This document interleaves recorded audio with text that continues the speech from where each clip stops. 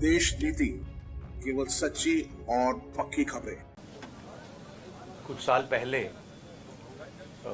नरेंद्र मोदी जी ने ये हिंदुस्तान का जो पॉलिटिकल फाइनेंस का सिस्टम है उसको साफ करने की बात की थी और इलेक्टोरल बॉन्ड्स का जो कॉन्सेप्ट है वो नरेंद्र मोदी जी ने डेवलप किया और उसको इम्प्लीमेंट किया और कुछ ही दिन पहले इलेक्टोरल बॉन्ड की सच्चाई देश को दिखी है। बेसिकली जो नरेंद्र मोदी जी ने इलेक्टोरल बॉन्ड का कॉन्सेप्ट रखा है वो दुनिया का सबसे बड़ा एक्सटॉर्शन रैकेट है। मैं फिर से कह देता हूं, दुनिया का सबसे बड़ा नेशनल लेवल का एक्सटॉर्शन रैकेट है। कंपनियों से हफ्ता लेने का तरीका है, कंपनियों से कॉन्ट्रैक्ट्स का शेयर लेने का तरीका है और शायद सबसे बड़ा, दुनिया में सबसे बड़ा भ्रष्टाचार का स्कैम है।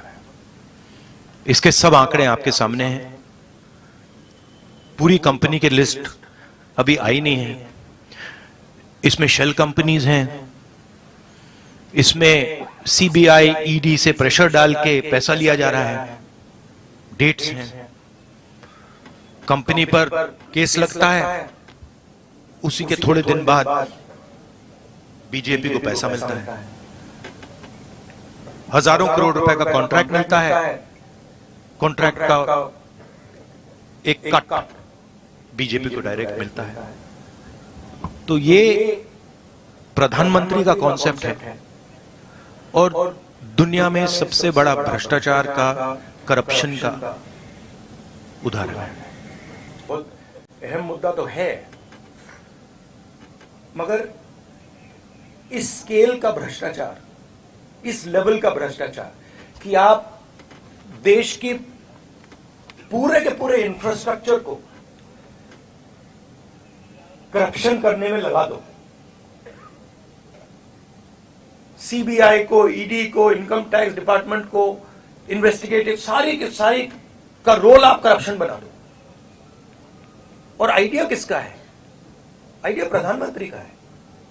प्रधानमंत्री ने स्वयं कहा कि इलेक्टोरल बॉन्ड्स से पॉलिटिकल फाइनेंस साफ होगा। तो मतलब ये इससे बड़ा भ्रष्टाचार तो हो ही नहीं सकता। और ये गडकरी जी ने नहीं कराया, ये नरेंद्र मोदी जी ने कराया है। सीधी सी बात है। में 2 टुकड़े में वो जो किया उसका पैसा कहां से आया? यहीं से तो आया। जो ये हिंदुस्तान में state government after state government गिरा रहे हैं, पैसा कहां से आ रहा है? इधर से तो आ रहा है। और ये अभी तो छोटा सा भाग दिखा है। तो इन्होंने पूरे के पूरे सिस्टम को एक्सटॉर्शन का सिस्टम बना दिया है। पॉलिटिकल पूरे स्ट्रक्चर को इन्होंने कैप्चर कर दिया है। सीबीआई इन्वेस्टिगेशन नहीं करती है, ईडी इन्वेस्टिगेशन नहीं करती है, एक्सटॉर्शन करती है। किसके लिए? बीजेपी के लिए। पैसा देकर, सीबीआई को यूज कर कर, ईडी को यूज कर कर उन पर दबाव डाल के इनको पार्टियों को तोड़ा गया है। कांग्रेस को नहीं तोड़ा गया है। कांग्रेस का कोई नहीं गया है। कांग्रेस एक बिल्कुल साफ खड़ी हुई है वहां पे। हाँ ठीक है, वो मिलिंद देवरा वो ठीक है, वो कोई बड़ी बात नहीं है।